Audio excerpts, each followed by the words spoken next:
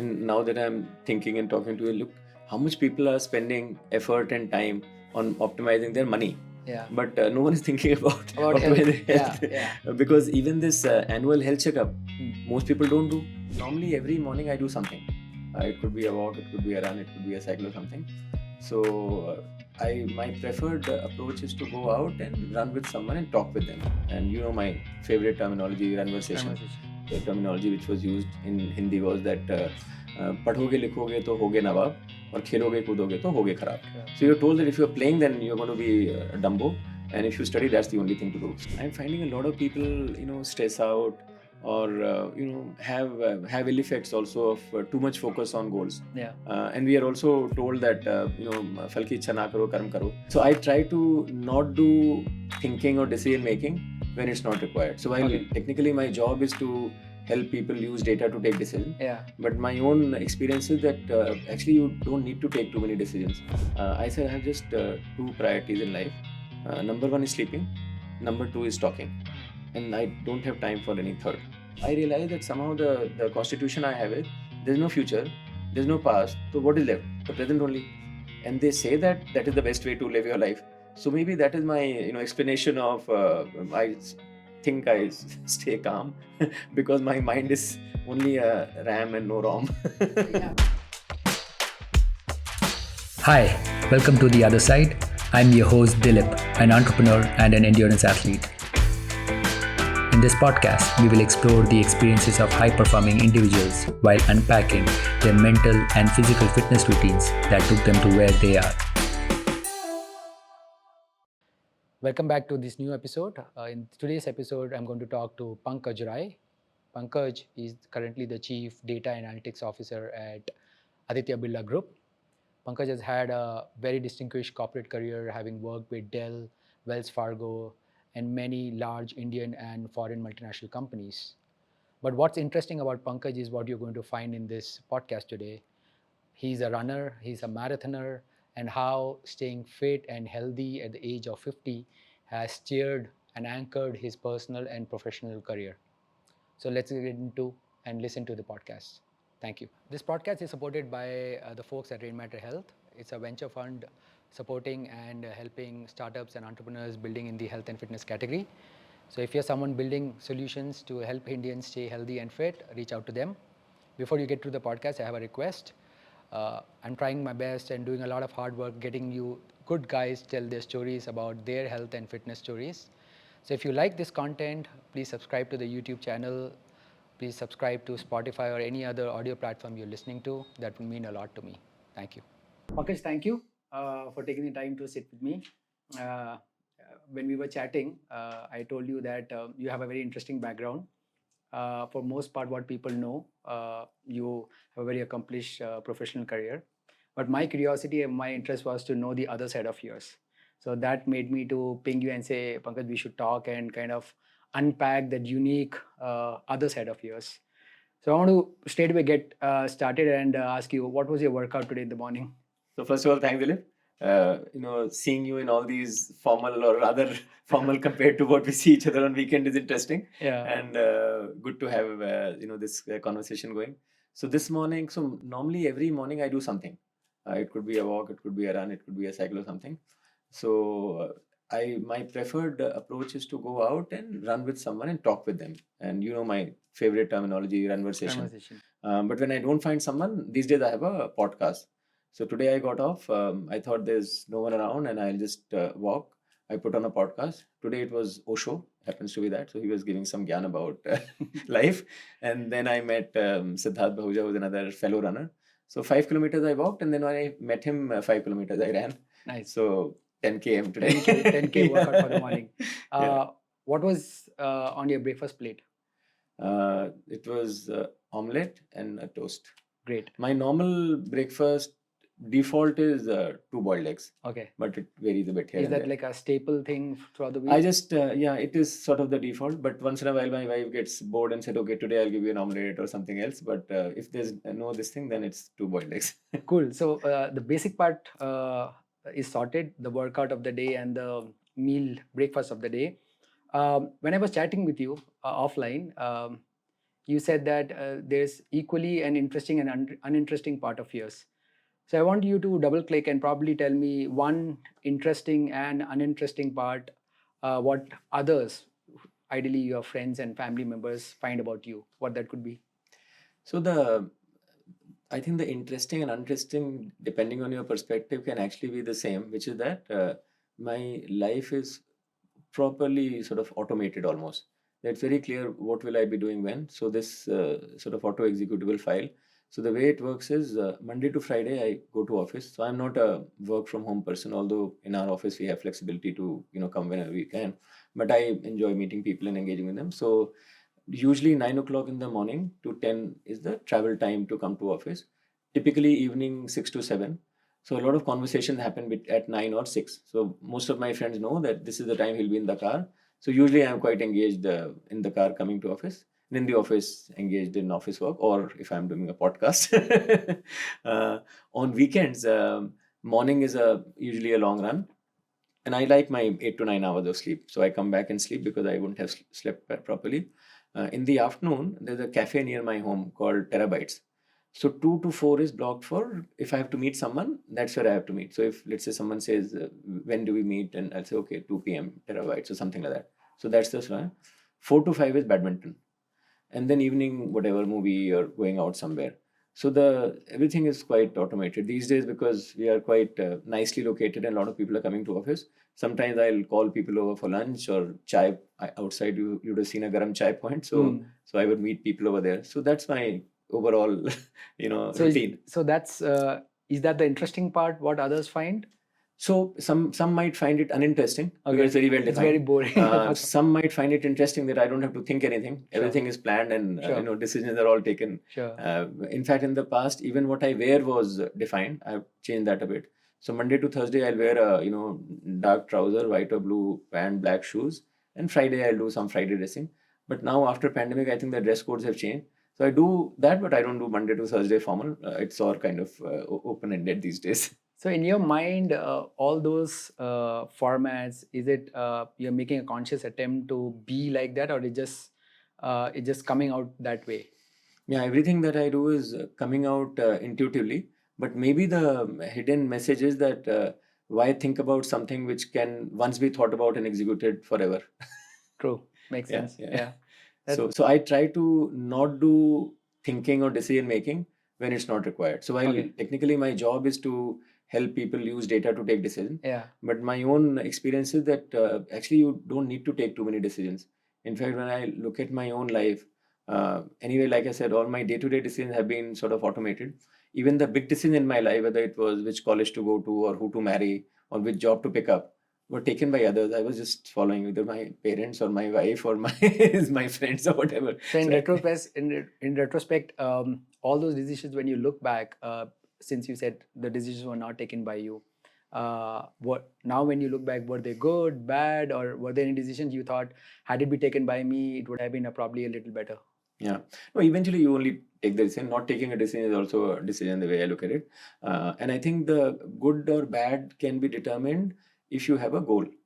No, I have never had goals about anything. So if you don't have a goal, every decision is always good. So when people ask me that, do you have any regrets in life? I say no. Because the regret can only happen if you have an aspiration which did not get met. And if you don't have an aspiration, it's unlikely to have any regret. So that's just the way I think I am configured. So yeah, I mean, that's something which will double click over a period of time, that a marathon runner who doesn't have an aspiration. So that's an interesting part which I would love to dig more. So you had a TED conversation. You were invited in TED a few years back, and you chose to speak about fitness. What made you choose that topic? Ali, what had happened was that was Christ College, by the way. And they said that we want to, call you to talk about fitness. And I asked them that question, what you asked, that why did you choose me? Because many a time people choose me for data analytics and all that. I don't think whether they sort of, what I got out was the answer was not clear. That you are quite old and you're still running. We want that to be an interesting part for someone to say that, even someone who's, 50 plus or whatever is running and all of those things. So we want this to be an interesting story. So that's how I was chosen to talk about fitness over there for my age, I think. So interestingly, so when people ask you to introduce yourself, I'm sure you place your identity of a runner somewhere. how important it has been for you to place that identity of being a runner or a marathon runner as part of your overall introduction? So I think the introduction is usually to give people some, interesting anecdotes to know you or remember you. So depending on the mood that I have on that day, I could put anything out there. Because to me, if you look at me, personally, I don't have a very specific identity. Although you can, define identity based on gender or region or language or many other things, I somehow don't relate to many of them or relate to all of them in the equal way. So if you were to ask me what my identity is, it's not tied to any of these things. It's very fluid, and depending on who is asking me that day, I can give any introduction. And it could be runner one day, it could be something else some other day. Sometimes I'll say, oh, you know what, I was born on the day Neil Armstrong stepped on the moon. So it could be any number of those Sure, variations which comes to sure. mind. But I don't identify myself with any activity that I do. I think I do a lot of things, and but to me, any focus on identity maybe somewhere also fuels your ego. I don't want to go there. Yeah, that's also a rare trait I've seen amongst recreational runners, where ego don't take on them. I mean, most of the people I see is they run and ride a lot on ego. So that's good to know. Now that that part is established, that you are a runner, let's go back and go back to the archives. What was the tipping point in your career, in your life, when you decided to start pursuing an healthy choice of life? Yeah. So I was generally slim, and I didn't have any weight problem or any other problem. Even when I was young, I was too much into studies, so I didn't play too much. My dad was very focused on making me an engineer, which many dads in those generation were. So we were not. So I don't know whether you That is can. where the decision making is coming. Yeah, Dad was driving yeah. the Dad was career driving all decision. decision making. I didn't know I had any choice to make Yeah. decisions. In fact, I still remember these days I meet so many people who are saying, "Okay, my kid is doing sports medicine and sports." Today I met someone who's doing sports journalist. So suddenly sports has become a huge thing. And when I was growing up, the terminology, and I was growing up in Delhi, so the terminology which was used in Hindi was that पढ़ोगे लिखोगे तो होगे नवाब और खेलोगे कूदोगे तो होगे खराब. So you're told that if you're playing, then you're going to be Dumbo, and if you study, that's the only thing to do. So my father, of course, followed that very diligently, and we were not allowed to play. So I wasn't too much into playing, but I do remember that even when I was young, if I go to a hill station, I would love to climb the mountain or go somewhere, whatever. So to that extent, I was fit. In college, I remember they had a 1 or 2 kilometer race. I would go there and run. Sometimes I would play badminton. So I wasn't a sporty person. Okay. I think when I went to Singapore, that was back in 2003. That was my first, thing outside of Delhi. Because Delhi is a place I don't think you feel like running. It's so hot and humid, Yeah. and you don't even running for your life. So there I used to play squash with some friends of mine. And one of my friend who I used to play squash with would feel very enthused about my stamina. He said, "Yeah, you have very good stamina." And he said, "My wife is a runner, and she sometimes doesn't find some partner to run. I think you should try running with her." So I said, "How much does she run?" And she said, "Oh, Sharmila runs about 17, 18 kilometers." I said, "I mean, are you crazy? Do people run that long? I mean, I've run a couple of kilometers, but that sounds too odd." He said, "No, yeah, but when I look at you, I think you could do it." I said, "Chalo, then one day I'll go and see." So one Sunday, she said, "Chalo, I'll go with you." I said, "I can't run 18. So I'll take you a place where you can do some round, all that." So that day I ended up doing an 8 kilometer, and I felt good about it. So I said, "Acha, I didn't know that human beings can run 8 kilometers and be okay with it." So next Sunday when I went, she took me to her 17-kilometer route, and I did that also. So then I realized, "Acha, so maybe we have potential to run, and we never exploited it." So from then on, I would go with her every Sunday and run 17 kilometers, and many times come back and play squash also. And then they'll say, "Are you not tired?" I said, "No, I was running with my legs, and now I'm playing with my hands. So they're two different muscles." And so that is how it was. Then I came to Bangalore in 2005. So there I met a few of my, old friends from here and there. They had created this group called Runners for Life. It was called RFL, and Arvind Krishnan was running it. So they said, "There's a good running group. Bangalore has lovely weather." And first time I had come to Bangalore. So why don't you come? We'll run. So I had anyway gotten used to a bit of Sunday running over there. So I would go to the RFL runs, and that's how my running started. And there, of course, I met many people, and we would run and talk. And this term "runversation" was invented. And I think that same year in 2005, when I came here in March, in the month of May, they announced a marathon. Okay. And that was the Lipton Marathon. Lipton was sponsoring it. I used to work for Dell, and Dell was also one of the sponsors. So my boss, who was there, he said, "Hey, you're a runner. You should go for this marathon." I said, "Good." So these 6-7 other RFL people, they said, "Okay, chalo, we'll all go and run a full marathon." Now, I had not run a full marathon. I was doing that 17, 18. In fact, in Singapore, I had participated in a full marathon, and at the 17, 18 kilometer mark, I had cramps. So I just finished at the end of 21 and didn't do the second loop. So I had not seen more than 17, 18 kilometers of distance. So this other friend of mine called Arun Pai, who's also quite active in Bangalore circle, he had lived, I think, in UK or US, and he said, in marathon in the US, people do fancy dress. And if we are going anywhere, I don't know whether we'll finish or not, might as well enjoy it. So I said, okay, you help us. So he went to some costume place who was supplying dresses for Malgudi days, and got 7 of us costumes of sadhus. And this is for your debut marathon. Debut marathon, Okay. yeah. We didn't know whether we'll finish the marathon or not, Yeah. but we said at least we'll have fun. So the sadhu was a proper sadhu, full white color wig, gerwa, this thing. Of course, we were wearing shoes, but everything else was full. So we were probably the most photographed people on that run, because those days it was the first run. I don't think anyone was doing fancy dress. So we were like, very interesting. Sure. So many newspapers and even television channels covered that there are some sadhus running in Bangalore. So only one of us among us, a guy called Hari Narayan, at some stage realized that he can't do the full, and he kind of gave up. But all the other 6, we went 21 one way, and then we came back. I think around 2021, I also gave up. But since you had to come back, I walked and came back. Oh, okay. So most of us finished mostly by walking in the end, and it was about 6 hours or so. Wow. But it was fun that at least we have done a marathon. Sure. Checkbox. So then we said that now that we have done a marathon, now we should do only marathons. How can we now do half marathon? That will be below our dignity. So we scouted for more marathons, and we also then renamed our group called Bhukam, which is Bangalore, Hyderabad, Ultra, Kaveri, Mumbai, Pondicherry. So these are the 6 marathons. That's the running group where you are one of the founding members. Kind of, yeah. So we identified. So Bhukam became our running group, and these 6 marathons became our Grand Slam. So in 2014, I had done all of them in 1 year. Many other people would do many. Now I'm kind of down to just doing Bombay and Bangalore. Okay. But that's a longish answer to your question on how did you begin and where you are. But the focus has always been on full marathon, and there's a big group. The running schedule also in the past used to be just Saturday, Sunday, because I like my sleep. I would do a 30 kilometer on Saturday, maybe 10 kilometer on Sunday. So I was always marathon ready. I said, when I'm doing a 40 every weekend, get me a marathon whenever I can do it. And that's how it happened. So that has been the journey of marathon running and talking and not having any goals. And things, improved on their own, but it wasn't that I had any goal. In fact, I ran the Bombay Marathon this year, and my personal best of 3:45, which was totally unanticipated, because back in 2020, which was the last time I ran Bombay, my timing was 4:40. Okay. And it was on the descendant. So I had actually achieved 3:50 or something some years back, and then I was going down to 4:10, 4:40, 4:40. That story is also given that the doctor prescribed statin medicine because she said, "Oh, you have cholesterol." Okay. I didn't realize that statin, I think, harms your muscles.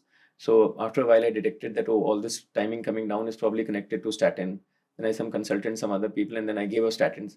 But my last marathon was still 4:40. Wow. So in this 3 years off statin and generally practicing, I can say that certainly statin must have been the cause, because when I gave it up and during this period, I am kind of back to my running form.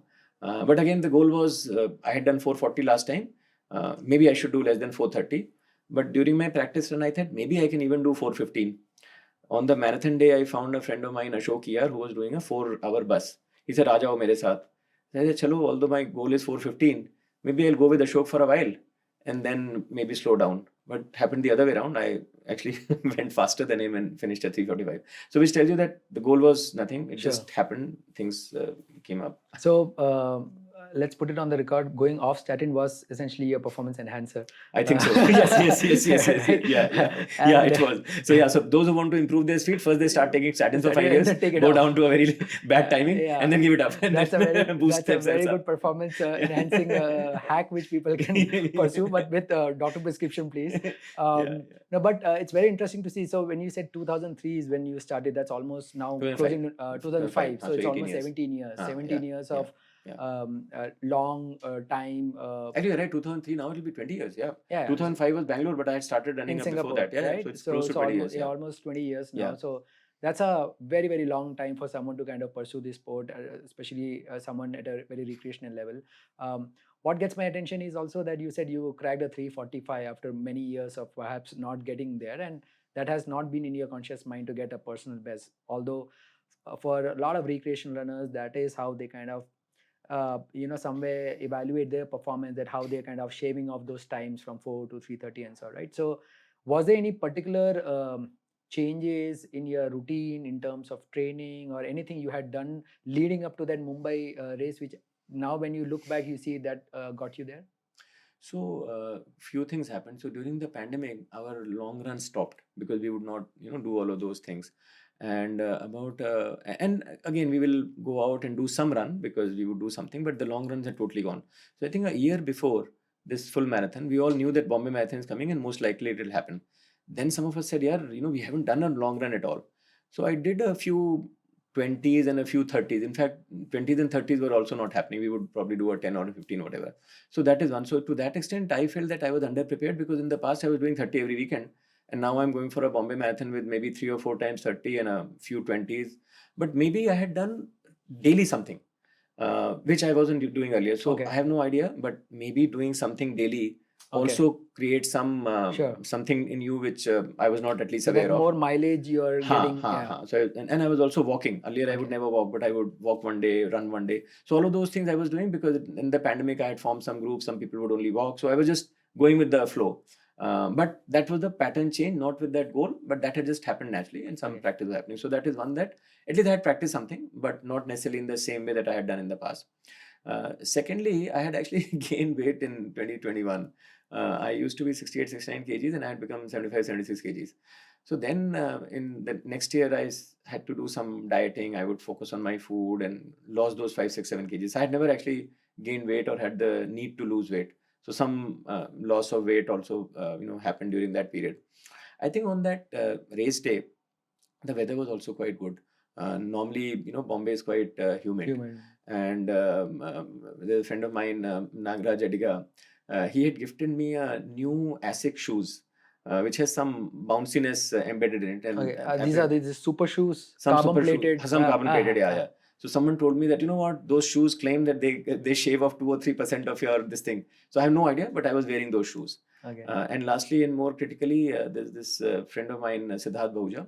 He was pacing me. Okay. And he was encouraging me whenever I would feel tired and said, "No, we should do." So I would say a combination of factor on my health and fitness, whatever I did, Nagraj's shoes, Siddharth this thing, and maybe all of your blessings. Yes. So led to Nagraj this. and Siddharth also gets the claim to fame Oh, absolutely. to get a Absolutely. massive personal They best have for- been the permanent contributors to. I think Nagraj keeps giving me some nice, good-looking shoes, which probably are adding to my speed, which I don't Nice. sometimes count. And Siddharth, of course, is someone who always pushes me to run. So yeah, they have been very important in all my. So being a data guy, do you think this trajectory is now going towards 340, 330 for the next year? I don't think so because, like I said, I have never goaled myself. In fact, my first under 4 happened at 350 or something at KTM. Okay. Now, KTM is not the place where people do It's their a trail personal best. marathon. Yeah. Trail marathon. So it's a tough marathon, all that. It's all but my best happened there, not that I was planning for it. So for me, things have happened quite randomly when I was least expecting it. So I think I at least like I've never had any goals. I don't have any goals. So I have no idea where it will go. But of course, I am pleased that I'm still, under 4, after having been away from under 4 for many years. So I'll be personally quite happy if I'm under 4 for a while. Although I have been on the other side for long, and if at some stage my age and my other things catch up and I'm on the other side, that's fine as well. Great. As long as I have people to talk to and Sure. it's At a that pace. social circle. Yeah. So I have Yeah. someone. So someone has to. I'm just kind of wondering. Someone probably slower than you will have to kind of put in that amount of training to say that I would have to run at that pace to catch up with Pankaj to finish a 4-hour marathon, right? Yeah. That's nice. So, no. So I just want to go back a bit and see that. So the marathon, when you said that running, it came naturally. So so I'm trying to generalize it to say that most of us, in mid-30s, go through that inflection point where suddenly we realize, oh shit, I mean, life is not happening the way we are in terms of our health, in terms of fitness. So I would assume you didn't had any of those breaking points where you would imagine that, okay, things are going downwards and you have to kind of take care of your health and fitness, but it was more of a pursuit to kind of explore a new sport, right?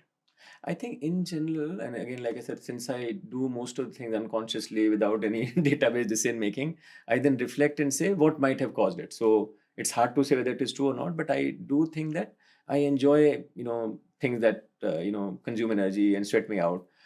So between table tennis and badminton, I'll choose badminton. Okay. Right. So I used to play Why is that? squash because it sweats you out more. Oh, okay. TT Okay. won't. Okay. So I think I'm not a good game of skill person. Okay. I play badminton, but I don't think, I don't have good technique or whatever. Okay. Running also, I don't think I have any good techniques. I've Okay. just run without this thing. I know there's a friend of mine, Ashok Nath, who's very well known. He would always point out what I'm doing wrong. But beyond a point, I gave up. Similarly, some of my badminton friends will tell me how I'm not holding the racket properly. So I try a bit, then it doesn't happen. I said, forget it. Okay. So as long as I'm sweating, I'm quite happy with any sport. So I would go to a mountain. I would like to, climb very quickly and sweat it out and all of that. So maybe I just enjoy the exercise part of it. So any sport provides me that sweating, whether it is badminton or squash or running or anything else. And there's someone also along with to talk to. I'm quite okay. You said earlier that you were born the year when Neil Armstrong On the day. On the day, sorry. Yeah. Yeah, so that's 1969. 25th July 69, and which is the reason I was also called Apollo by my grandfather. Oh, The interesting. name of the rocket, which Was that a pet name called at yeah, home? yeah, it was there for 8-9 years till I moved to a different city, and the new city people didn't know my previous pet Okay. name. So that makes you almost 50, 54, 50 I'll turn 54 right, this year. right? Yeah, yeah. So someone at that age, why is that very important for you to look at sport or sweating out as an important activity? It's not like a common trait I see. I have no idea. Like I said, I was always like that, I think, and I seem to have not changed. So I don't know why I would be anything else. I've just been like that all day. Yeah. Maybe at some stage I'll not do it. Although the only new thing that I've added very recently is going to a gym. And there's a gym called Stairs in Koramangala. So my wife is also into yoga. I think she was separately advised by some people that you should go to this gym. They're very good, all that. On my side also, there are some friends who have been advising me that you should go to this gym because you're only running and you're not doing any cross training. So Suman and some other friends said you go. So me and my wife have been going to the gym. So I don't know what it'll do, but it does try to create flexibility, strength, and all of that. Training, yeah. So maybe there is some new muscles or some other things happening. Now the outcome of that I'll probably only know when. So my wife said, "Oh, you know what? With all of this, you'll improve your timing." I mean, I have no idea. So you didn't start your strength training before the Mumbai Marathon? Was that? I've never done any training ever. Oh wow! Again, because training is so boring, and going along is even worse. So in this case, because my wife was also there, I thought, "Chalo, at least there are two of us." Because otherwise, getting up at 6 o'clock to go for a training is quite boring. Yeah. This after that gym, when I come back, I have to sleep. Okay. After I run, when I come back, I don't necessarily have to sleep. It is so. Yeah, you have to rest out. Yeah. So I started that, but that is the boring part that I am doing, which is not which the other parts I enjoy going to run or badminton or any other thing. But gym is not very exciting. But I think it's one of those things that like brushing your teeth or something. You think that maybe this is useful. You should do it. So I'm kind of seeing the checklist in terms of what makes someone faster. So 3:45 done, carbon plated shoes done, getting to a gym is done. So there are very good chances that probably the next time you run a marathon, you're probably shaving off some good minutes out of that. I don't know. I'm not thinking on those. You're not keen though, but it could be an outcome which you don't mind coming in. See, the other thing that I'm finding now, although I've never been like that, I'm finding a lot of people, stress out or have ill effects also of too much focus on goals. And we are also told that fal ki ichha na karo, karm karo. So I do think that there is some truth in that you should try to do your best whatever you are, but if you focus too much on goals, I think you might end up doing the wrong things or wrong things might happen to you. So I've seen too many accidents on people getting too tired, and a few people that I know have also died, and one can't say why. But so my view is, why stress yourself? I would rather have a longer life rather than get some timings and then get injured. And I know many people who also got injured, then they're recovering and all of that. So thankfully in my case, I don't try to stretch myself too much. I think I have to just finish. Yeah, that's an interesting point. So, I mean, one aspect is when we talk about health, mostly people look at from a one-sided perspective that it's all about either excessive running or gymming or that physical aspect of it. But there's this underrated, unspoken part which is the mental health of it, right? So, and you just touched upon in terms of when people have those very over ambitious or excessive goals which they can't kind of meet it kind of has that ill effects. So what's your take on that aspect of mental fitness, and what are the what toolkit do you apply or do you have for yourself when you train yourself in terms of staying mentally fit and healthy? Yeah, so like I said, most of my life is all lived based on intuition. But when questions are asked, I retrofit a framework onto it, and then I try to regurgitate that when asked. So this question was last asked in that Christ College talk that you said, and I created this framework for ease of my own remembrance, which was called HN3Es for health. And the first H was heredity. That be aware of what your heredity is, because that you can't change. In my case, that cholesterol was a bit hereditary, and then I realized that it may or may not have a heart attack outcome for me, because there was no people dying of heart attack Oh, in my family. you were diagnosed as high cholesterol. And then so I always had high cholesterol. Oh, okay. And the doctor said, now that you've turned 45, maybe this is time to take this statin medicine because it's nice. And she was a good doctor. She said, I'm 65. I've been taking for 20 years. It's very good. So you trust your doctor. And later on, she did say that some people have had these ill effects and all of that. So I realized that heredity part, you can't change it, but you should be aware of it. Then I consulted my dad and brother who also had high cholesterol. They said, we have always had it. Don't worry. This is just one metric. One metric never causes any outcome, and we don't have any heart attacks in our family. So cholesterol is what it is. So that gave me the courage to give up statin, because I was told you can't give up statin. Okay. And no one gave me the answer why. I said, okay, छोड़ के देखते हैं, कुछ नहीं हुआ, personal best आ गया, तो अभी कल को मर गया तो you will tell me कि देखो तुम्हें पता नहीं था क्या आने वाला है. But that's how it happened. So the H is one, people have, my wife is some prone to diabetes, so she has to be conscious about this thing. So that is one part that I think, in my case, I don't see any major hereditary issue, so I don't worry too much about anything.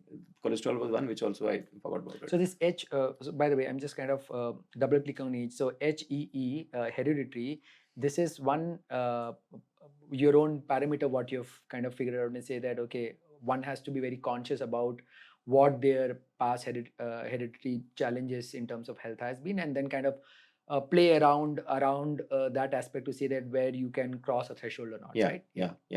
And that largely comes, that largely comes when either you go out and do some diagnostic test, or you see, diabetes and all is very common in our country, and most people know that. My uncle, the second largest diabetic country in the world. So that is the most common one I have seen. There could be sugar, prone to being sugar, maybe arthritis or some other thing. So I think you just being aware, and therefore be conscious to say, can it happen to me, and maybe then proactively should I test it out and then do something about it. The question that. So if it's looming in the family in one way, you probably go and get a test done.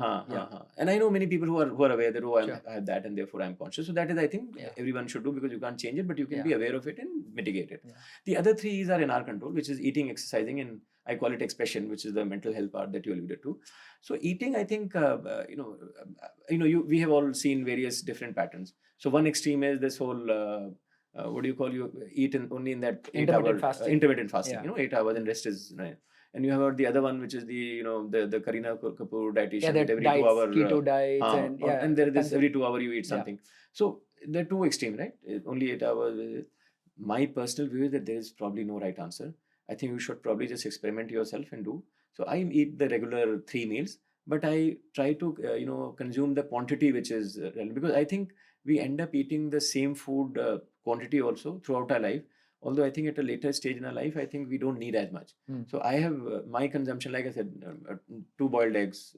I came up with, just last year when I was trying to, lose my weight, and I said, it works for me. I don't feel hungry after that. And, I also lost weight thanks to it. So that way I eat 3 meals, but in limited quantities. In general, I am not very prone to eating out. I'm not a foodie. If you're a foodie, then you have to figure out what you need to do. I'm not a foodie. For me, food is just something to just somehow, fill your tummy. I do like sweets, so I have to just focus on that. Like yesterday, I went for some offsite. So during lunch, I just ate the sweets. I said, okay, I'm feeling like eating something. Why skip the lunch? There were 3-4 different varieties of sweets. I just ate it. Now, many people may not like it. They may say, how can I just have sweets for them? But for me, it doesn't matter whether it is starter or sweet or whatever. As long as that quantity is done, I'm done, and I Yeah. feel quite happy about it. Yeah. There'll be some people who say, if I don't have curd rice, my meal is not over. For Sure. me, there's nothing like that. I can eat chips, and if my tummy is full, I'm fine.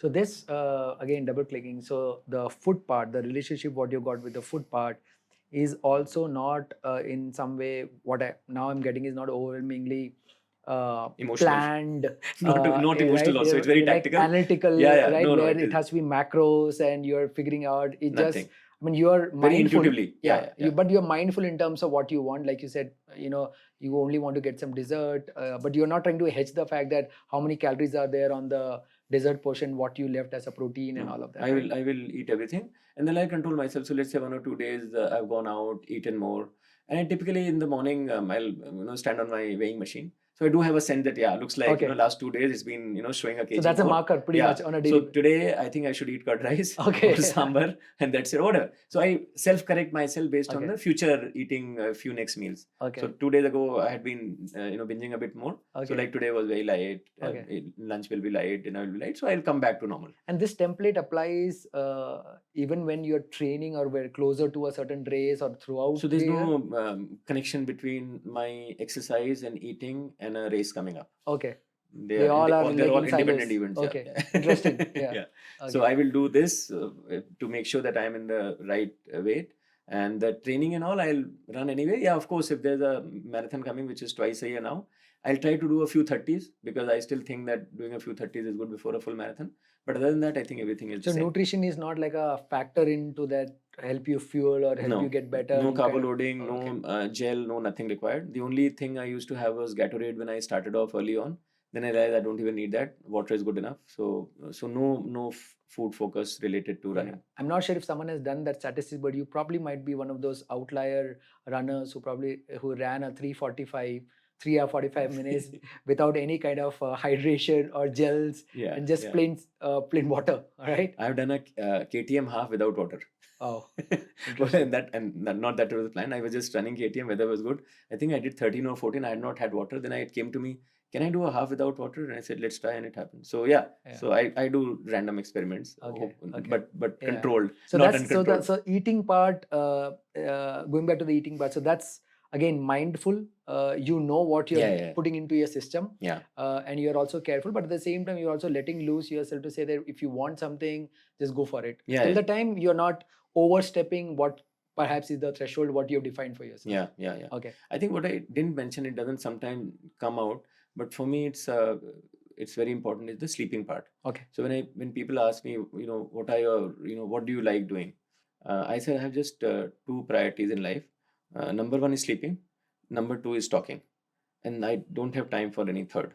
Because if you look at my life, I try to do at least 8 to 9. So my goal is to sleep 9 hours, but I tend to get 8. So that's a given, and almost on a daily basis. Sometimes on Saturday or Sunday, if I get less, then I come back and sleep. So that is number one. And sleep is not a challenge, I would presume. I can sleep anywhere, anytime. All right. Yeah. So it's not like you're taking any supplements or anything. No. For me, I can sleep for 10 hours, 12 hours also. Yeah. So sleeping is very easy. I can sleep standing also maybe. So that's not a problem.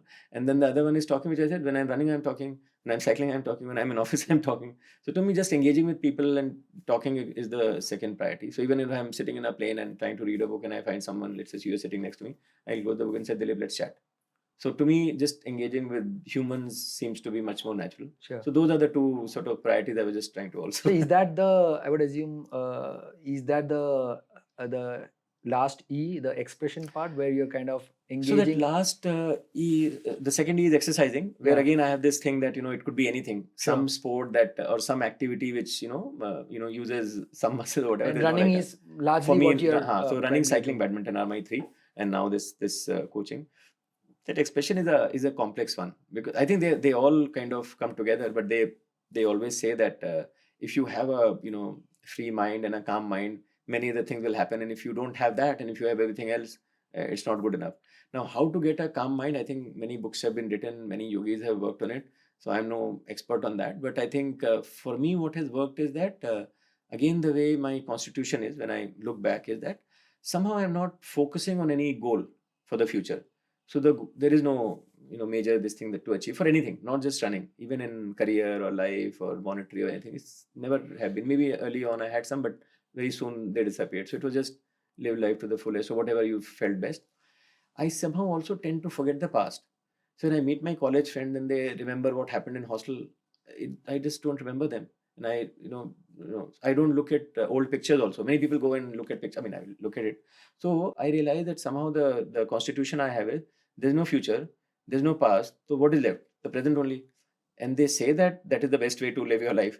So maybe that is my explanation of think I stay calm because my mind is only a RAM and no ROM. So yeah, I mean, I'm surprised that you said now you're listening to the Osho podcast, but this almost looks like a Zen way of living where you're not thinking back, you're not thinking forward, you're pretty much uh, in the present, right? Is this something which you were wired always in your Yeah, I childhood, in think your so. I adulthood? think so. Okay. I mean, I didn't know it. See, you don't know yourself till people ask you question, then they tell you that. So they will tell me that you are Zen and all, and I didn't know whether I was Zen or not.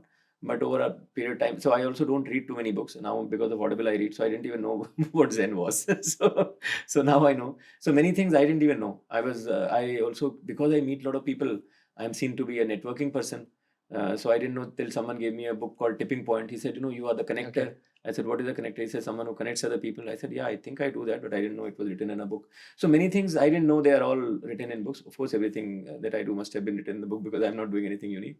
But I didn't do it because it was either written. It just came to me and I did it. And later people told me that. Is this trait common with someone in your family, like in your sibling or your father, mother, No, no. or is it only I don't unique know to you? anyone that I know, either in the family or outside, who's like me.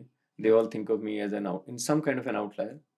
So again, I don't know. Maybe the only person I don't know. Maybe if I can relate to would be my mother. I think, although I've never had a detailed conversation with her, maybe I'll try to have with her and find out whether she was always like that or not.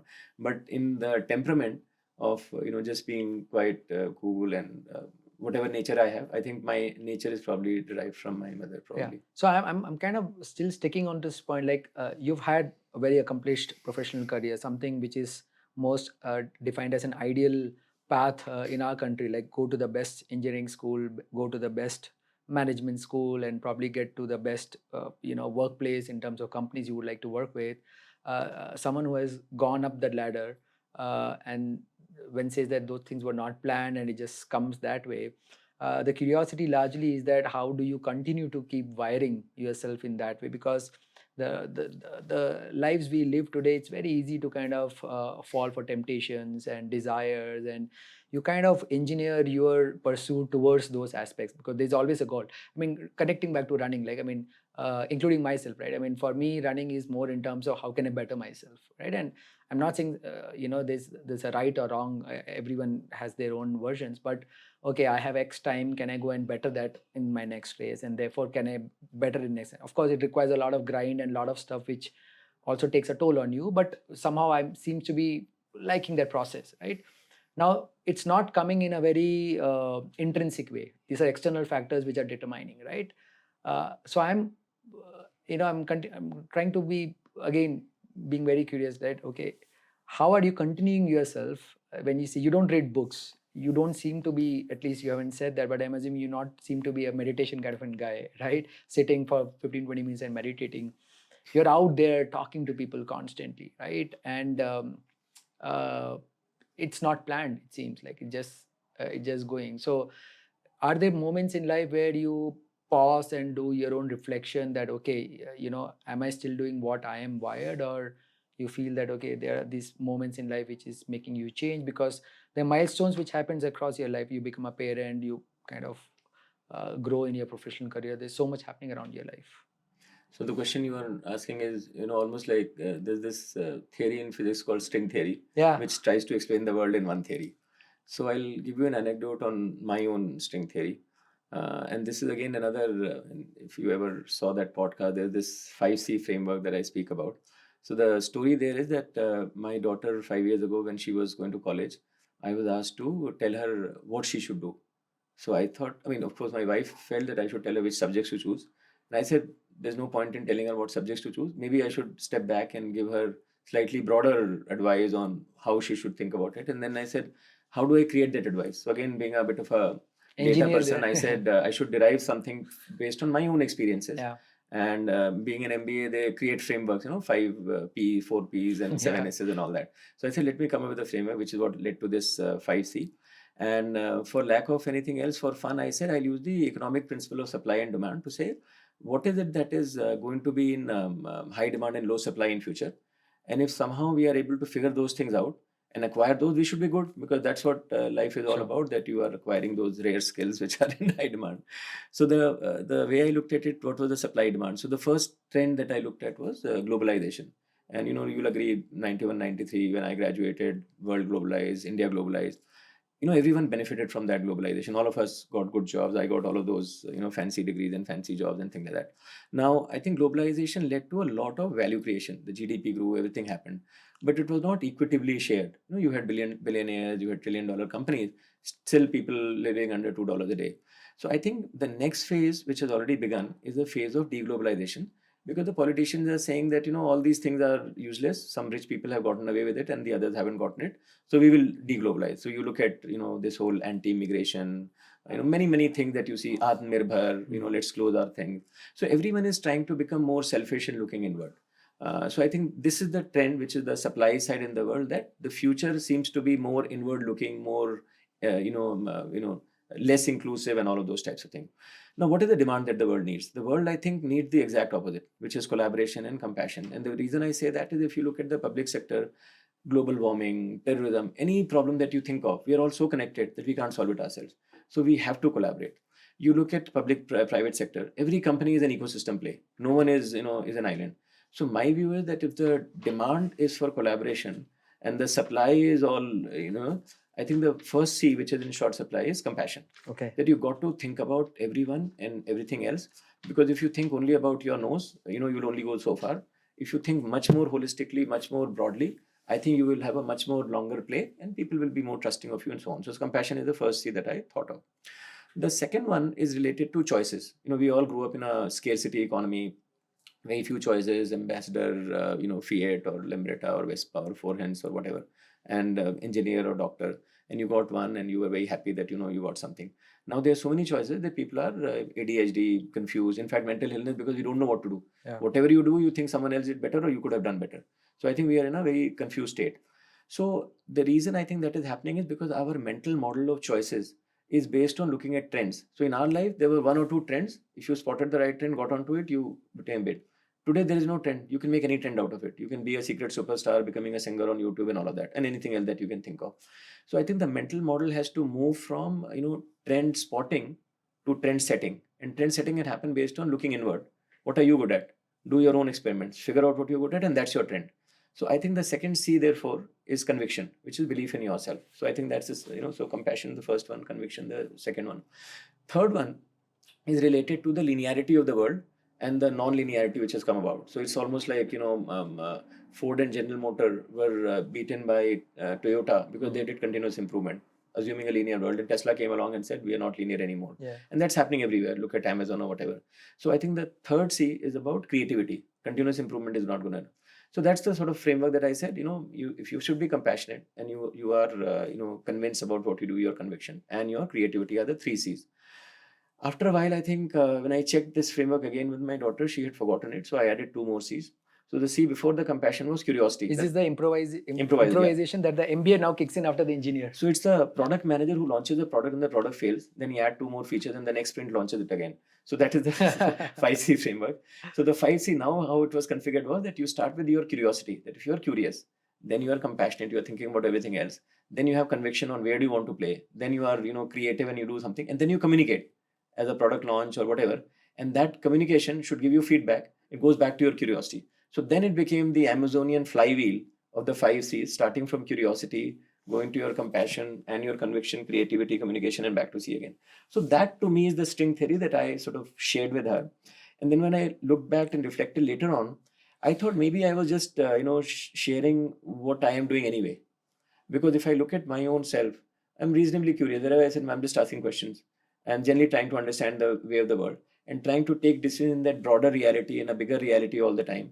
Trying to be creative, trying to communicate with people and share with them and curious back again. So to me, maybe my string theory is that 5C. So is that, now that you created your own theory and the curiosity, like you said, is largely coming from people you're interacting. Is that one reason where you're not as lean to reading books because most of your knowledge is being broadcasted through the people you interact, or it's just been some other conscious reasons why? No, it was just laziness because I was always just talking to people, and whenever I read a book, I would go to sleep because like I said, I'm a big sleeper. So the moment I sit at home, I just fall asleep. Oh. Now with Audible coming in, and now I'm hearing books, and there's so much. I mean, there is no substitute to books. Sure, yeah. I always knew that, but that is always far more this thing. So these days, it is happening when I get out. So earlier when I get out to run, I would try and call someone to talk to. Now on some days I say I have this interesting book. Let me not call anyone. Okay. And let me listen to this. Okay. So that is a big change happening in me, where I was always looking for someone to run with and do a run session, and now I'm saying this Audible is good. Yeah. Today let me just listen to that, because there's so many things that, of course, there's so many different people Sure. who have shared their thoughts in those books. So that Yeah. wisdom, I certainly can't get all of it from folks that I talk to. So running is still static in terms of continuity, but instead of being group runs, now it's more solo runs because the Not companion more, is but audible. some interspersed with solo runs. I'm Right. still a big, so we are a big group, and Right. everyone is anyway. Even if I'm not calling me, someone will be calling me. Right, So I right. won't get away from that. But yeah, there's some element of this. So I'm trying to complete at least one book a month, hopefully. Continuing on the streak of health and fitness, right? In the TED talk, you also said that health and fitness is not largely a priority for people in their 20s and probably in the 30s, right? Why do you think that's the reason? I think we have programmed people to pursue certain goals at different stages in our life. So I think in the early stage, at least we have been told that you have to pursue your career, and that's the only thing that matters. In fact, I would say that even when I was young in school, sports or fitness was never a priority. Right. It was always studies. So study, have a good job, and you do all of those things. So I think the context of our society forced us to do those things, and I would not disagree with that. I mean, if my dad was telling me, study hard or focus on your job, I think it was based on what he has seen, that if you don't do that, you can be left behind really badly.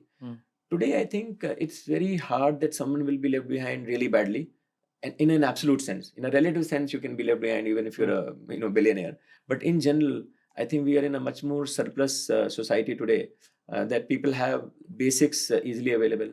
So the opportunity for them to try out things today is far higher. Right. But I think sometimes it gets complicated because there are some societal expectations that are imposed on you and you can't get along that. So I think it's all about conditioning and expectations around you. Yeah, it takes a lot of time for you to figure out what is it that you truly want to do. It's very, very hard, I think. It's a cultural thing, which I absolutely agree. I mean, it was neither an priority for me in my 20s and my early 30s that I should stay healthy, I should stay fit, till that tipping point happened in my life when I said that, okay, what I am doing, right? But I'm just wondering, like, what can be done, or do you think it it requires an intervention where somewhere in conscious mind, because that's where that vehicle starts breaking. And therefore, when you're in your mid 30s, things starts really going haywire.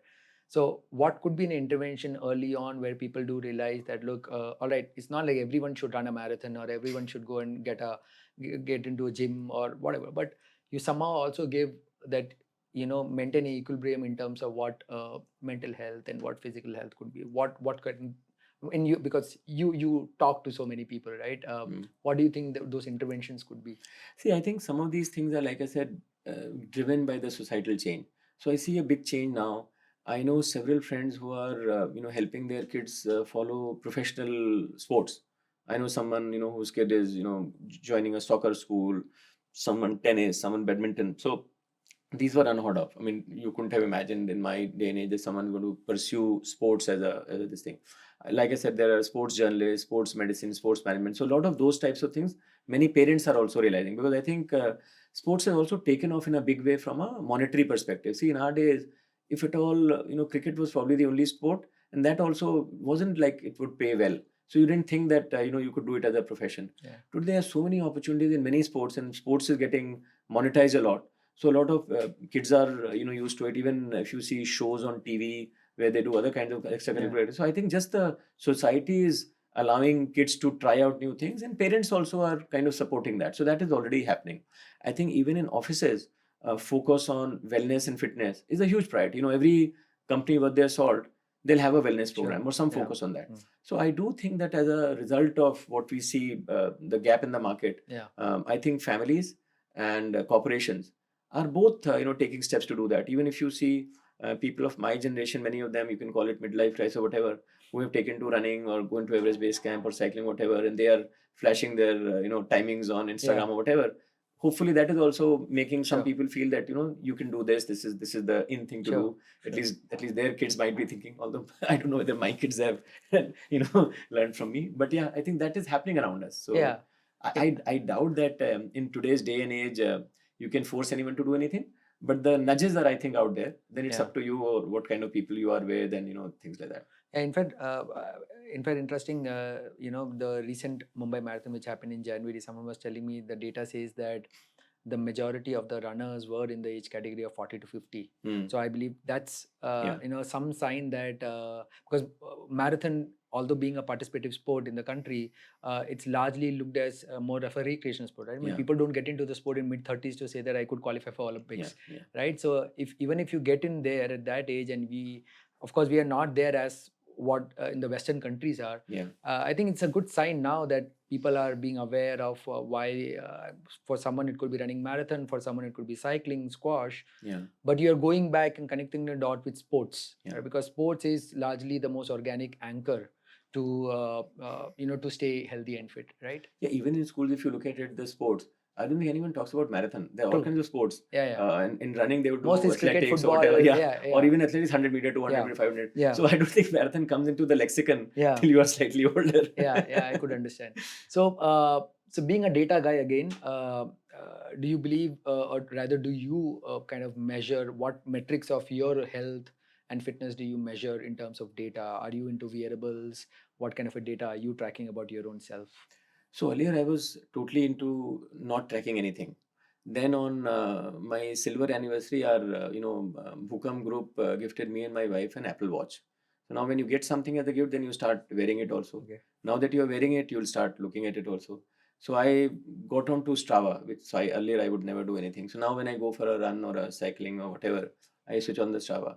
So one of the new metric that I was never aware of or focused on was my heart rate. Okay. So if you had asked me 3, 4, 5 years ago that what's your average heart rate or what is your peak heart rate, I would have no idea because I never tracked anything.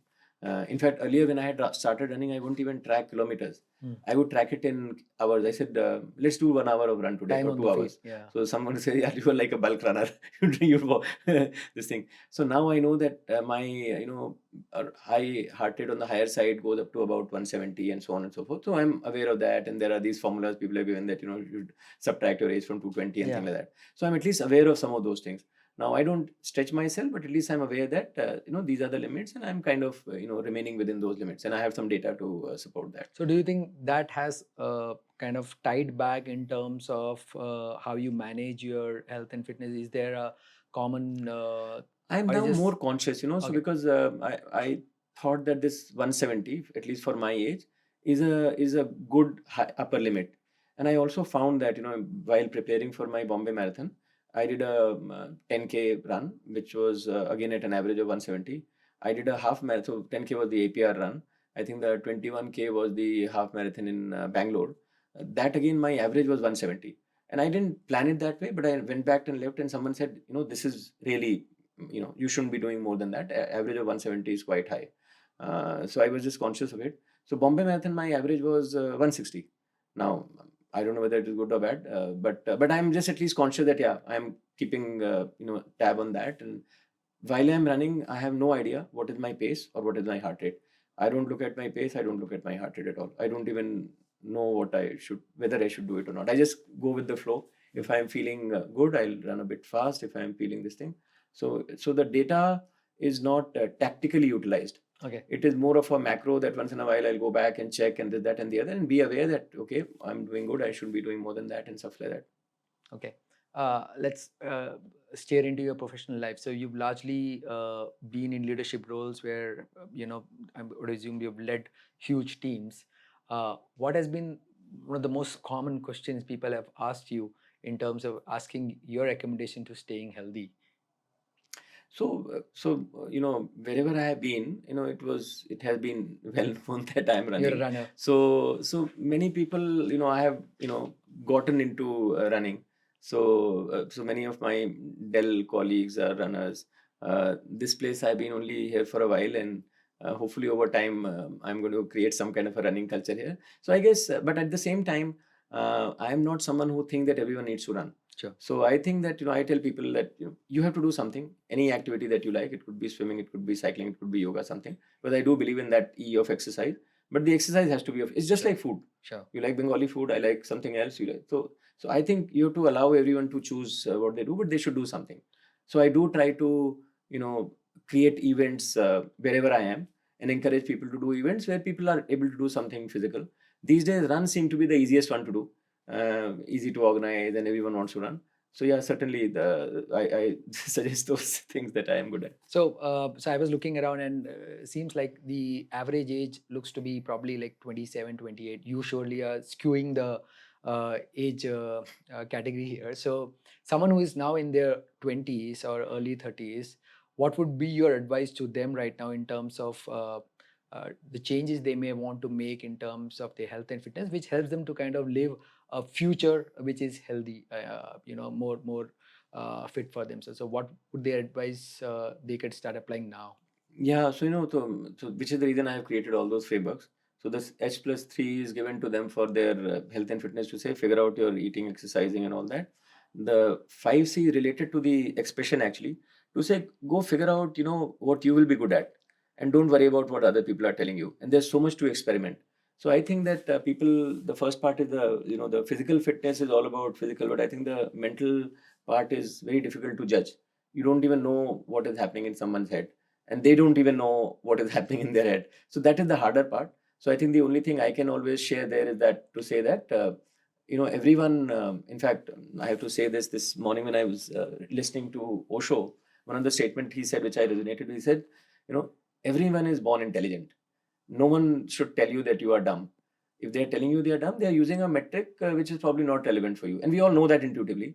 But I think all of them, everyone has something in them which they are good at. Maybe that something is not monetizable in the current economic environment, but that doesn't mean that you are no good. So I do think that sometimes we get bogged down by our environment where people are telling you that you should do this or you should do that, or you're not good at this or you're not good at that.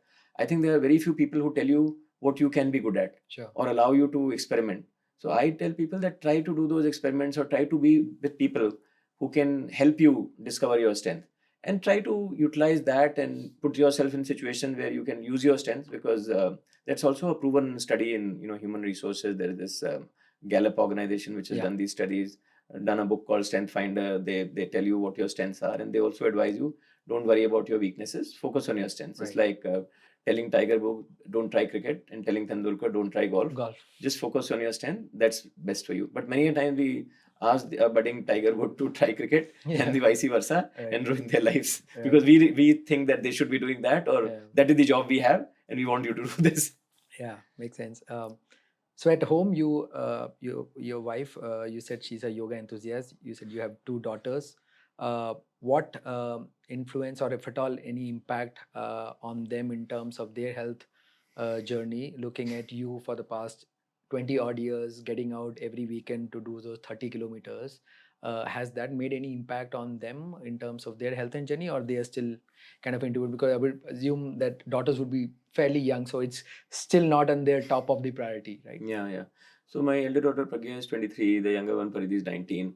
Both of them, when they were young, I would take them for these marathons. There were these women's Pinkathon and all that. So they have done those races once in a while. They've both done 10s, 20s, all that. But they never took to regular running. They would, go for events. So even now, when some marathon happens and they're available, they will go and run.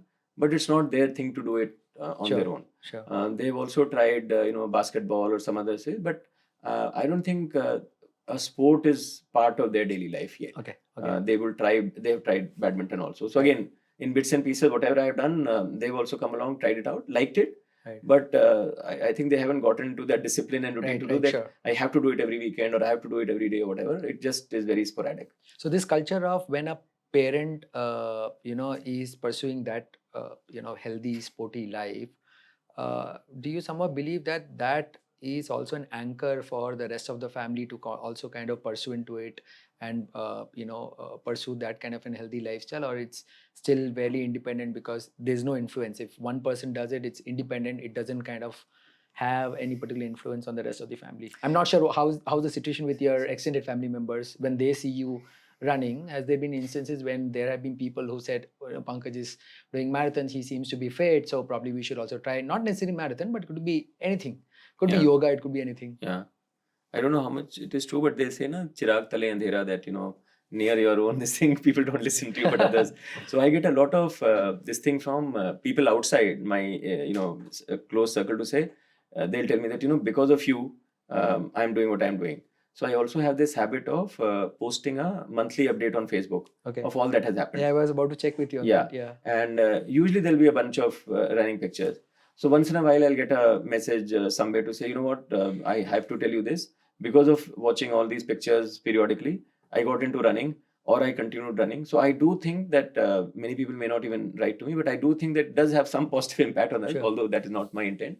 And as far as kids are concerned, I think today, anyone, and more so kids, they have so many inputs coming to them. From various digital media.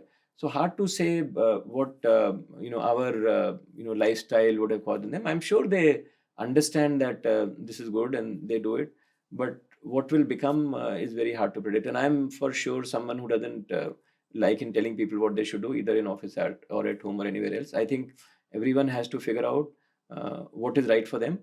My job is to help them maybe understand, maybe share my perspective, but I can certainly not impose my viewpoint because they are their own self and they have to find out. So I don't get fussed too much about by anyone who's technically not doing what they're supposed to do. I have many situations in office also where someone will tell me, you have to tell so and so this because they are not doing this. And people are very frustrated about certain individuals not doing something and which they're intended to do. I just don't get frustrated at all.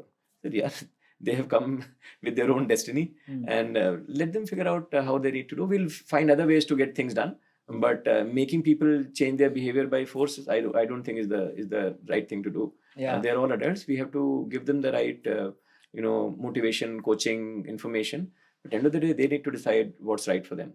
And which is the reason I also don't believe in telling someone what their career path should be. I said, I can't tell you what your career path should be. I can tell you what various career paths exist, what could happen to you and things like that. But you got to find your own path. Yeah. So you're saying that how your daughters are consuming signals coming from social media, and you are also posting it on Facebook about your monthly updates. What's typically your social media protocol? Like, I mean, uh, how do you use that as a tool? Is it just one-sided information, putting it out there, or what importance do you think that media has got in today's life? So for me, WhatsApp, Instagram, Twitter, and Facebook are the 4 places which I am present. So Twitter, I almost don't see because to me that is too much noise, and I don't need to consume noise. Like I said, I don't read books, I don't watch TV, I don't read newspapers. So my news consumption also happens through either talking to people or seeing something on WhatsApp. Otherwise, I wouldn't know. Now, WhatsApp is my big, place where I spend time. So I am probably the creator of 40 groups myself, part of 23 other groups. So my default is that I will not read anything on any group. I know what those groups are for, but once in a while I'll go and check it out what's going on. So it's almost like browsing groups versus actively participating in it. So that's my social media protocol on WhatsApp. That if you want to let me know something, you got to send me one-on-one. Most likely, if you have posted anything on a group which I am part of, I would not have read it because my default is don't read. On Instagram, because I think it's a photography type tool and it allows for 10 pictures. So if I am gone to some nice place and I have taken some good pictures, which usually has no human in it. So Instagram is for non-human pictures and Facebook is for human pictures. So Facebook is just a documentation of all the events that happened that month. It could be a run, it could be a birthday party, it could be a get together, it could be, I met you and I took a selfie or whatever. It's just my own documentation of what happened in this month gone by in pictures.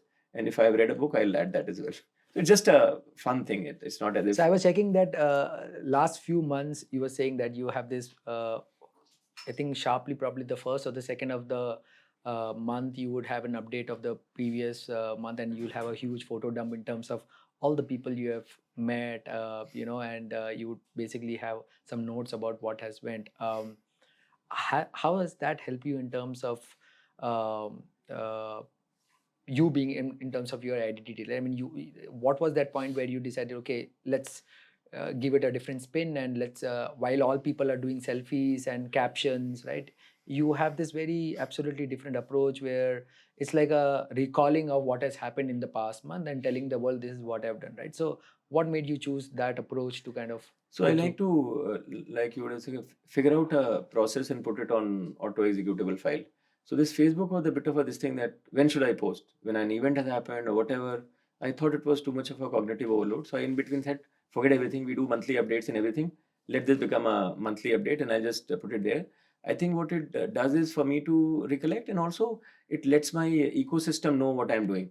Because many a people I meet after many years, and they'll say, you know what, while I don't post, I keep seeing you on Facebook, so I'm fully aware of what you're doing. So great, you do that. Now they don't post, so I have no idea. I said, okay, since you don't post, now you tell me what happened in those 5 years since we have met. So to me, I am at least sparing people the need to ask me the question, which can be publicly available, and those who at least consume that Sure. content. So for Sure. me, it's easy that I'm making people aware of what I'm up to if they choose to know about it, and therefore they don't have to ask me that question. Just like LinkedIn. Yeah. If I'm going to meet someone, I go to LinkedIn and check it out and said, okay, I've read all of these things, so I know the data. Yeah. Now you tell me the insights, which not Yeah. on there. So my thing is, it's an efficiency tool to let a lot of people know what's going on, so that they don't have to call me to ask what's going on in life. They can still call me to ask about other things, but not Yeah. about Yeah. kal kya kiya, kiske party Right. mein gaye. Right. Yeah. What has been the most impactful new habit which you introduced on yourself, which kind of changed the trajectory of your health? Uh, Anything which you introduced, which was not there naturally, but you had to bring it in, and it kind of changed the dimension of how you live your life? It's hard to say because, as you can see, I'm a bit of a agile person who keeps adding and refining things in my life, not do some long-term planning. But I do think that this sleep being 8 or 9 hours Okay. as a fixed was not a process for a long time. And then at some point in time, I thought that I think I should do that. So it was a conscious Yeah, effort to yeah, do yeah. that. So Okay. now, my phone has a alarm, which is 10:30 to 6:30 as a sleep time. So it'll say, okay, 10:30 has happened. Now I know now if I'm going To beyond shut down. or whatever. So that has been put in place so that there is a guardrail to say this is the goal. That goal did not exist in the past. So now it is there. So therefore, I'm just saying that wherever I see the need to set a pattern which I need to adhere to, which I think is reasonable, I've set that up so that I don't have to think about it, and then I can just measure the variance. And if I've gone overboard, underboard, I'll do just like weight. I don't want to go over 70 kg. So whenever I think I'm going there, then I can take action immediately. Same for sleep. If I have not slept properly for 1 or 2 days, next day I sleep 12 hours. So I just make sure that I autocorrect very quickly if I have such goals set up for So myself. basically, focusing that sleep quality, sleep time, kind of Yeah. made that big impact. Yeah. So if you had to 10x your health from here, what do you think would be one area where you think you may want to improve? I don't think there is any. I ever felt that there was a health problem or I need to, improve my health. So the other way to maybe answer. So this may sound a bit odd, but on one such occasion, on one of our walks, there's some friends of ours who have these ideas of asking crazy questions because when you're walking, you have to pass time. So this fellow, there were 6 of us, asked this question that, what if Yamraj comes now and asks all of us that time to go, buddy. What all do you want to do? It's almost like a bucket list question saying what all is left for you to do and when will you be ready. So someone said, oh, I have to do this for my daughter or this for my son or for my dad, and then evening I'll be ready or next week or whatever. And my answer was, I'm ready now. So I always think that I am marked to market at any point in time. I don't have a bucket list. I have nothing to do. Like I said, that whole living in the moment. So everything is there and hopefully taken care of, and the world will be quite okay without me. I don't have to do anything to settle things. Is the way I think now. It is right or wrong, I don't know. So just to give you a sense of how I approach. So there's no 10x life or 10 this thing. Point optimized all the time. So when the word fit person or a healthy person comes to you, who comes to your mind? Like whom do you? I won't say look up to you, but someone strikes to you, say that okay, this person is healthy. This person is really fit. It could be anyone in friend, family, professional network. So the whole, I mean, this is a larger question of a role model also that we sometimes talk about in various ways. And I generally have said that I don't like the concept of a role model, because the moment you call someone a role model, you tend to emulate everything that they stand for. And we all know that not everything that someone does is good, and certainly not necessarily good for you. So I always say that there are behaviors or aspects of individuals that are inspiring, and we should get inspired by everyone who has an aspect that can be inspiring. So if I look around, and there's no right or wrong, but people who are out there on social media, and many people, uh, Milind Soman comes to mind. He's someone who's at least, and the reason also is because he's also on many of my profile. I see him running some 80-100 kilometers, running barefoot. Then his mother also running in sari and all that. So no, so someone like that, okay, he's been so fit at any age. Mother also fit. I look around, so many people. I mean, in our running group, you look at people like Vaishali or Ashok, Bobby. I mean, there are so many, Pani sir. So I think if I look around in our own running community, and I'm talking about people who are more visible. Sure. So their story is known to me. I don't know your story. I'm sure there's an inspiration sitting there which I'm not aware of, and when we do a runway session, I'll discover it. So to me, I'm seeking inspiration from anywhere and everywhere. Yeah. And these are names that come to mind because they are far more public figures. Everyone knows them. I know them, all that. But so that's the reason I try to find new people to run with and have a runway session, because in every such conversation, I'll pick up something interesting, which is accretive to whatever I'm doing. Yeah, excellent. So a lot of people who listen to this podcast, watch this podcast, I know some of them are startup entrepreneurs, founders, and I know you spend a lot of time with, budding entrepreneurs who come to you, use you as a sounding board. If you had to kind of put your kind of request to say that, okay, these are the areas where you may want someone to kind of innovate in the health and wellness space, would you have any particular topics or areas where you think, wish someone could kind of solve this problem, or kind of build something in this space, generally in the health and wellness space? Yeah, I think what is happening in this space is that there are lots of point solutions. You can do cycling, you can do this, you can do yoga, you can do that, all of that. And I kind of relate it to even our business environment where there are lots of point solution. But I think that if you think about it, and that's something that I use in my business environment, and I use it in the personal saying, what are you trying to optimize? So I think the answer has to be derived from what is your purpose. So if you are in a business, you might be optimizing some business metric. If you are in your life, you are optimizing your health, but over what time horizon and on what parameters.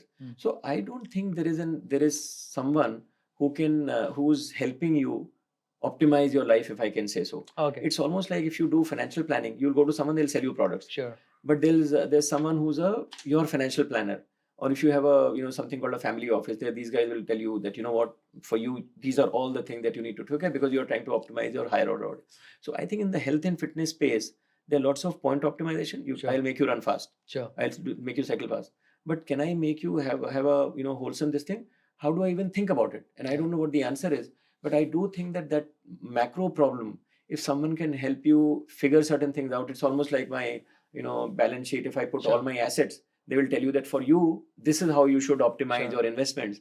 Can someone look at my life and my overall health and fitness and say, if I put all my parameters, can they ask some questions and allow me to choose my portfolio of activities, just like my portfolio of investments, and continue to evolve that portfolio in the right of how I'm thinking.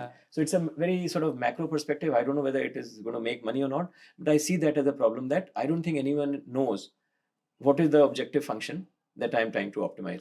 Everyone is optimizing something, not realizing what is the risk that you are creating. It's the same thing like in the financial portfolio. I took a hedge fund, this thing, I'm optimizing, but I don't know what the hidden risk is, and suddenly it blows up. Same thing, I'm running so fast, one day I fall dead at the middle of the marathon.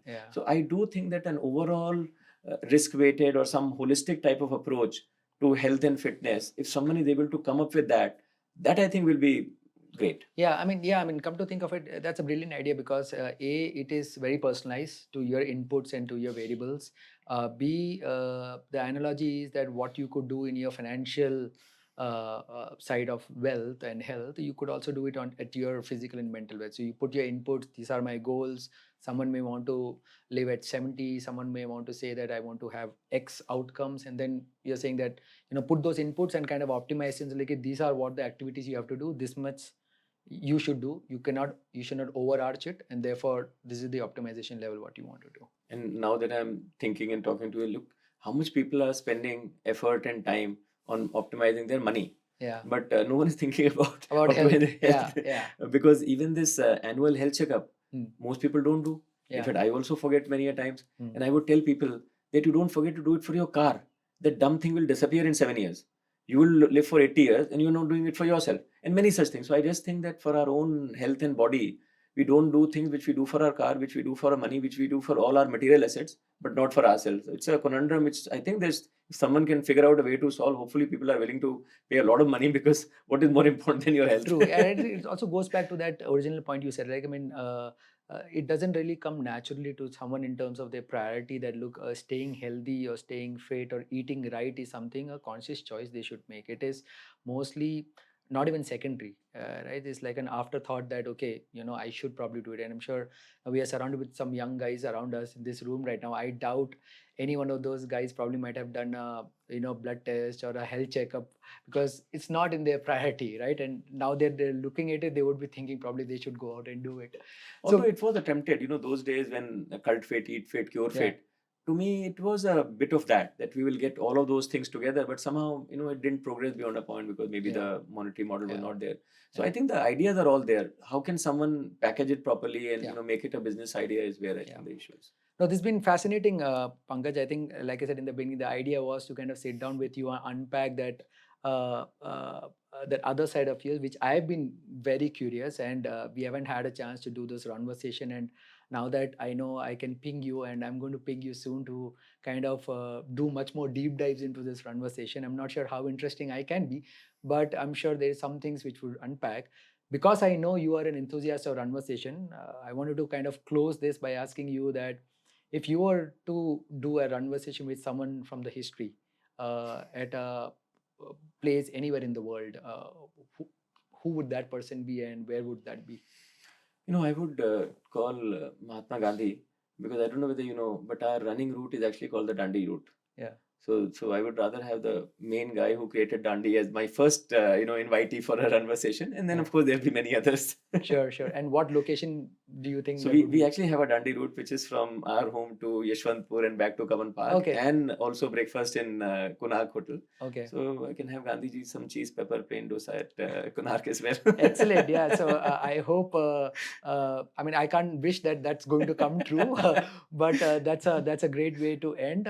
Thank you, Pankaj. It's been lovely and a great pleasure to sit down and have this conversation. I really hope people who are listening, watching, get some cues, go out there, like you said, get moving, do the basics, and try to live a healthy life, because that's the goal here, to kind of make some movements, do some basic exercises, and don't find yourself into a position where it's too late for you to kind of act upon. So it's been lovely.